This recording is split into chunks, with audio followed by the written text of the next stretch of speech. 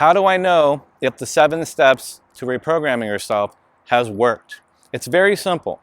If you think about something that hurts your feelings or brings up negative emotions in you, something that triggers you, and you use the 7 steps on it, you know it's worked when you think about the thing that used to trigger you or upset you and feel nothing. For example, one of my clients was in 6 car accidents and she was afraid of driving. We did the 7 steps and erased all of her fear. Then we went through each of the 6 car accidents, and when she thought about what happened, she didn't feel any more fear. And of course, when she got in her car, she didn't feel any more fear. That's how you know it worked, because you can think about something that happened and you don't feel the pain anymore.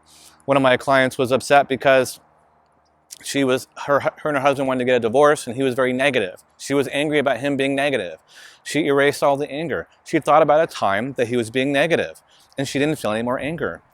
That's how she knew it worked in the moment. But then something else happened. Then he started texting her and flirting with her. He doesn't text at all.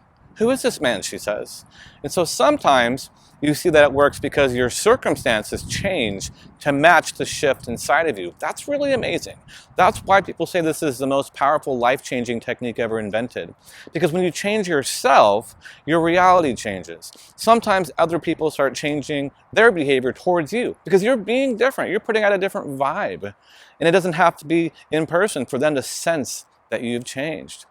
Sometimes you know that it's worked because you wake up in the morning and you feel better overall, along with sometimes seeing your life change, but always you can feel that the thing that used to upset you doesn't upset you anymore. And that's how you know that it's worked.